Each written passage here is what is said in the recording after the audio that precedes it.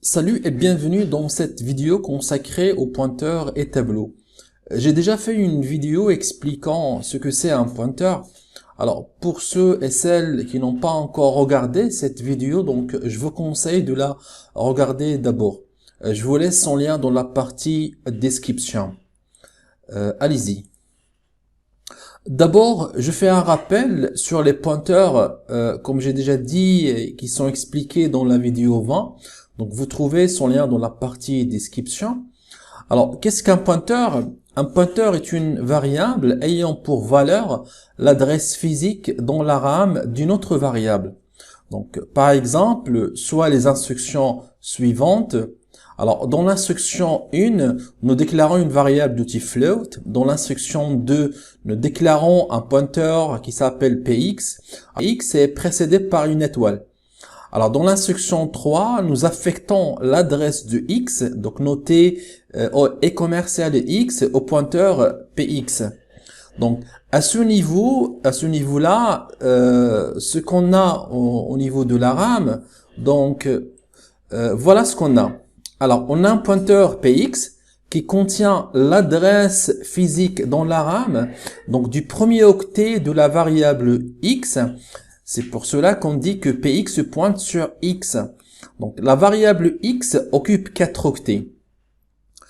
Alors, dans l'instruction 4, donc, nous appelons la fonction scanf pour entrer un réel depuis le clavier. Donc, cette valeur sera rangée dans l'adresse contenue dans px. Et cette adresse fait référence à la variable x. Donc, nous pouvons écrire donc soit px ou bien scanf et commercial x. Alors, px et commercial x, donc les deux désignent l'adresse de x dans la RAM. Donc, alors dans l'instruction 5, dans cette instruction, nous appelons la fonction printf pour afficher un réel. Donc, la valeur à afficher est contenue dans la case dans la RAM ayant pour adresse situant dans le pointeur px. Donc, px contenant l'adresse de x dans la RAM. Donc, cette instruction aussi peut être écrite de deux façons. Donc, soit printf directement x, ou bien printf étoile px. Alors, ici, on a x et px.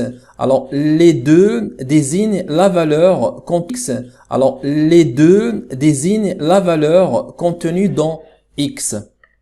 Donc, ça, c'est un bref rappel de les pointeurs.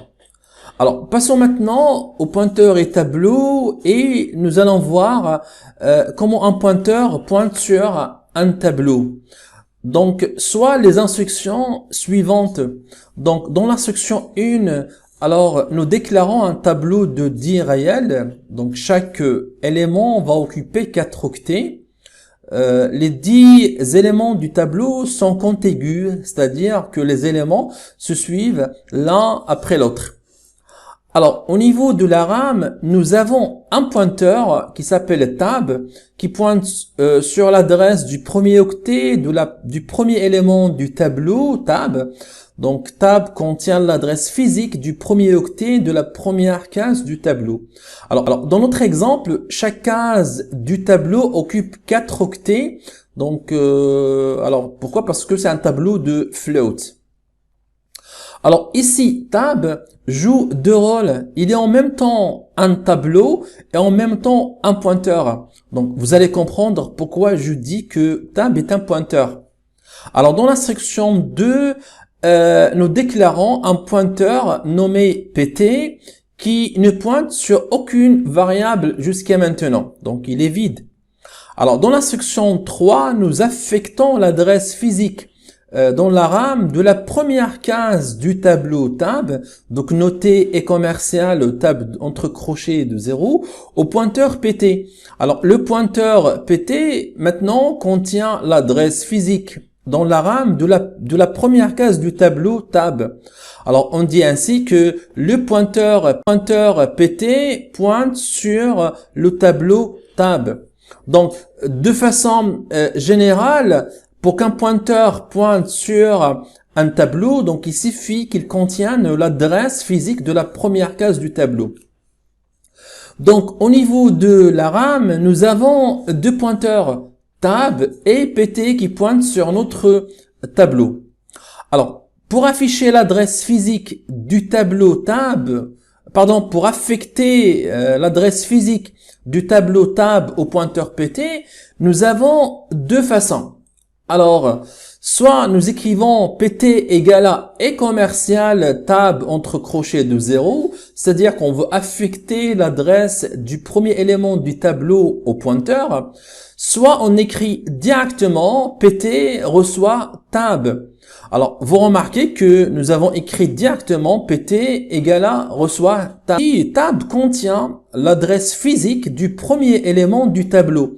Alors, nous concluons que tab est un pointeur constant, c'est-à-dire que son contenu ne change pas. Vous ne pouvez jamais écrire tab reçoit pt. Alors, tab contient l'adresse physique du tableau lors de la déclaration. Et son adresse ne change jamais jusqu'à la fin du programme. Alors, ce qu'il faut retenir, c'est que et commercial tab de 0, c'est équivalente à tout simplement tab. Alors, soit les instructions suivantes. Alors, maintenant, nous allons essayer de remplir un tableau en utilisant un pointeur. Alors, dans l'instruction 1, nous déclarons un tableau de 10 réels. Dans l'instruction 2, nous déclarons un pointeur pt qui ne pointe sur aucune variable, il n'a pas d'adresse. Dans l'instruction 3, nous déclarons un compteur nommé i pour parcourir le tableau tab. Alors, dans l'instruction 4, nous affectons au pointeur pt l'adresse physique du tableau tab. Donc, ainsi, pt pointe sur le tableau tab. Voilà ce qu'on a maintenant au niveau de la RAM. Alors, on a les variables tab et on a le pointeur pt qui pointe sur notre tableau. Donc, comme vous remarquez, le tableau occupe au niveau de la RAM 40 octets. Chaque élément du tableau occupe 4 octets parce que c'est un float et on a 10 éléments. Alors, l'instruction 5, donc c'est la boucle for. Donc, nous utilisons la boucle for pour entrer les éléments du tableau tab. Alors, dans la fonction scanf, nous n'avons pas utilisé et commercial tab de i. Alors, c'est-à-dire que nous pouvons écrire cette boucle en utilisant la notation tableau. Donc, voilà. Alors, pour entrer les éléments du tableau en utilisant le pointeur pt, donc au lieu d'écrire et commercial tab de i, nous allons écrire pt plus i. Alors, je vous explique. Alors, comme vous le constatez, à côté de chaque élément du tableau, j'ai mis son adresse physique. Donc, par exemple, adresse du premier élément est commercial tab de 0, adresse du deuxième élément est commercial tab de 1, adresse du troisième élément du tab est commercial tab de 2, et l'adresse du dixième élément est tab et commercial tab de 9. Alors, nous savons que pt, le pointeur, contient l'adresse du premier élément du tableau tab. C'est-à-dire que pt correspond à et commercial tab de 0. Donc, nous pouvons écrire scanf pourcentage f virgule directement pt, ou bien on peut écrire un scanf pourcentage f virgule et commercial tab de i, ou bien tab de 0. Alors que le correspondant de et commercial tab de 1 en termes de pointeur, c'est quoi? Donc, c'est-à-dire que en termes de pointeur pt, ça correspond à quoi? Donc, pour et commercial tab de 1. Donc, alors, c'est-à-dire d'une autre façon aussi, quelle est l'adresse du deuxième élément du tableau tab, bien sûr, en faisant référence au pointeur pt. Alors, pt plus 1 correspond à l'adresse du deuxième élément du tableau tab. Donc, c'est-à-dire à partir de l'adresse contenue dans PT, il s'agit du premier élément du tableau. Alors, nous demandons au système d'exploitation, donc lorsqu'on nous écrivons PT plus 1, alors nous demandons au système d'exploitation de passer non à l'octet suivant, mais de sauter 4 octets et d'aller à l'octet 5. Et l'octet 5, c'est le début du deuxième élément du tableau. Donc, ne pas oublier que nous travaillons avec des variables de type float qui occupent 4 octets au niveau de la RAM. Donc, le nombre d'octets change en fonction de type. Donc, ainsi, nous disons PT plus 1, c'est l'équivalent de... Alors, PT plus 2 maintenant. Donc, PT plus 2 désigne l'adresse du troisième élément du tableau. Donc, PT plus 2 correspond à e-commercial tab de 2. C'est-à-dire que nous demandons au système d'exploitation de chercher l'adresse physique qui se trouve à l'octet 9. Et l'octet 9, c'est le début du troisième élément du tableau.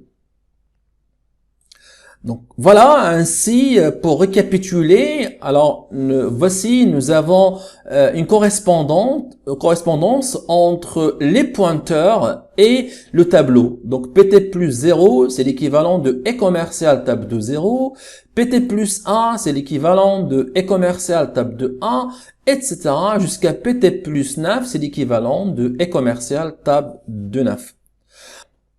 Ainsi, donc nous pouvons remplacer dans scanf e-commercial tab de i par pt plus i et nous aurons notre boucle comme vous l'a remarqué.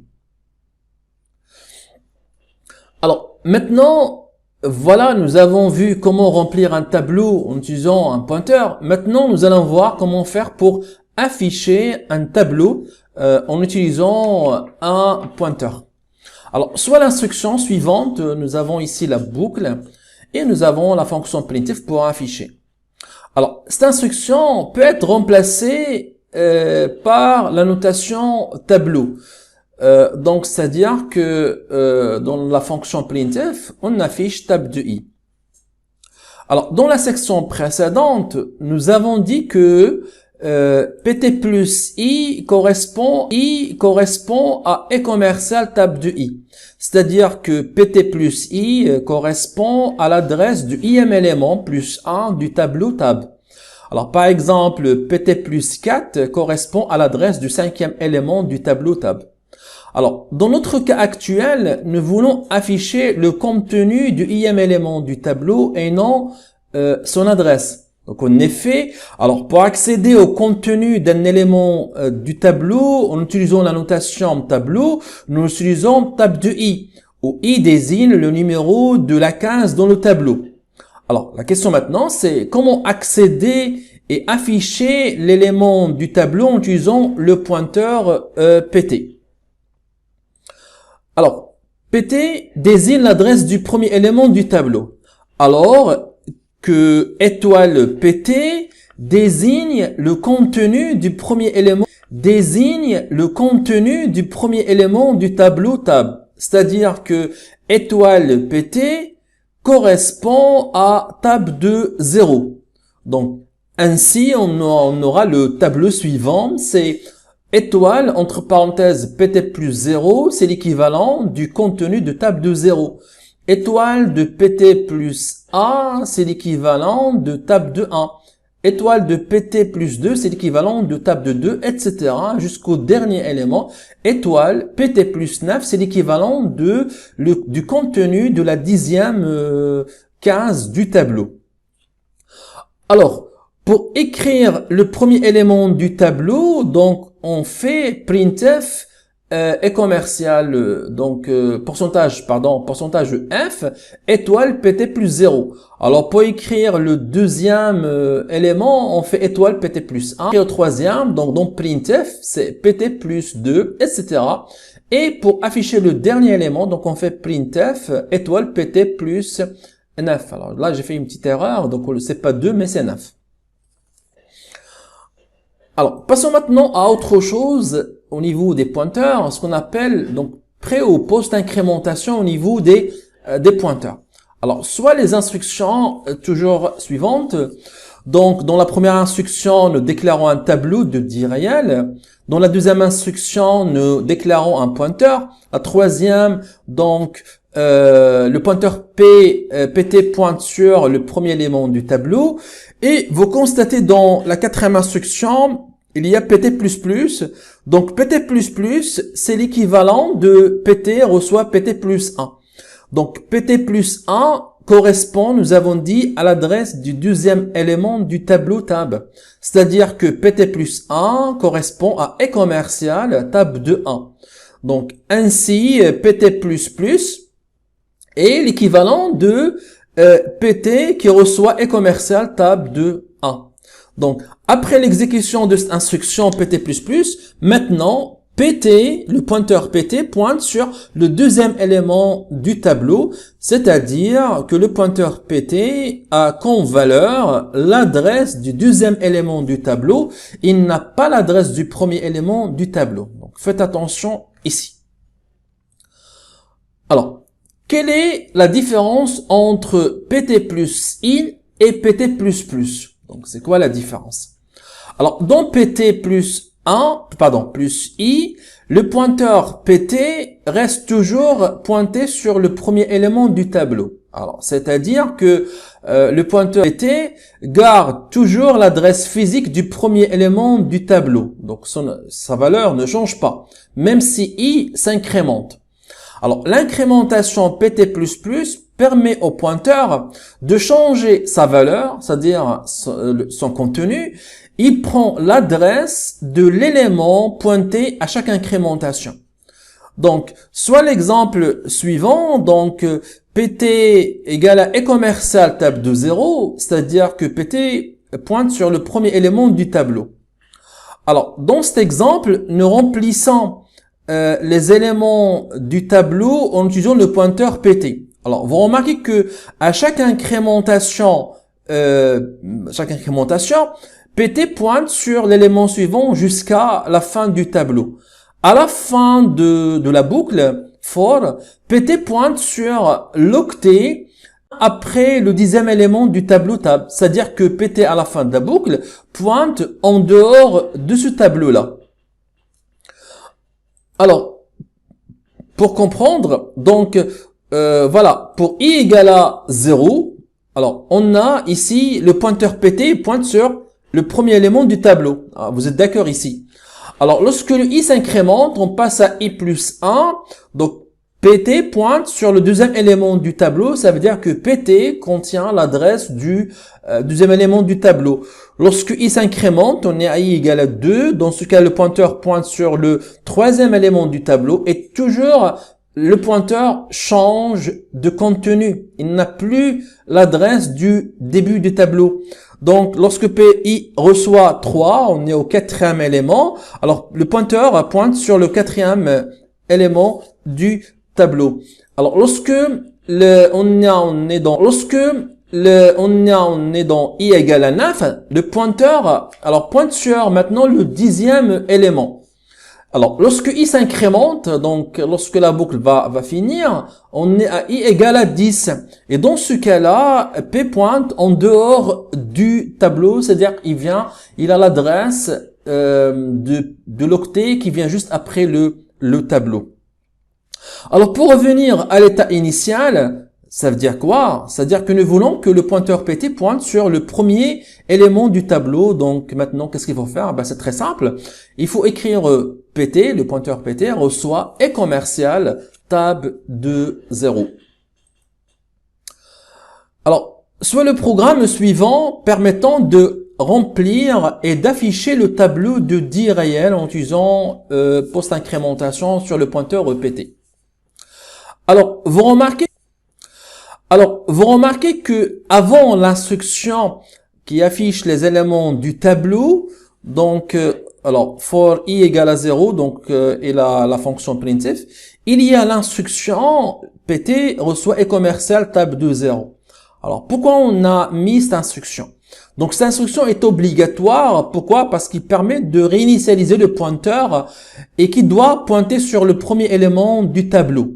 Donc afin de commencer l'affichage des éléments du tableau depuis le début jusqu'à la fin. Donc si vous ne mettez pas cette instruction-là, vous n'aurez pas d'affichage. Donc ici une remarque, l'étoile avant PT++ dans printf n'est pas obligatoire. Donc voilà, j'arrive à la fin de cette vidéo consacrée aux pointeurs et aux tableaux d'une seule dimension, bien sûr. J'espère que cette vidéo vous a permis de mieux comprendre les pointeurs et les tableaux. Donc merci d'avoir regardé cette vidéo et si vous avez des questions ou des suggestions, n'hésitez pas à me laisser un commentaire, je le lirai, je répondrai. Merci encore une fois et je vous dis à bientôt.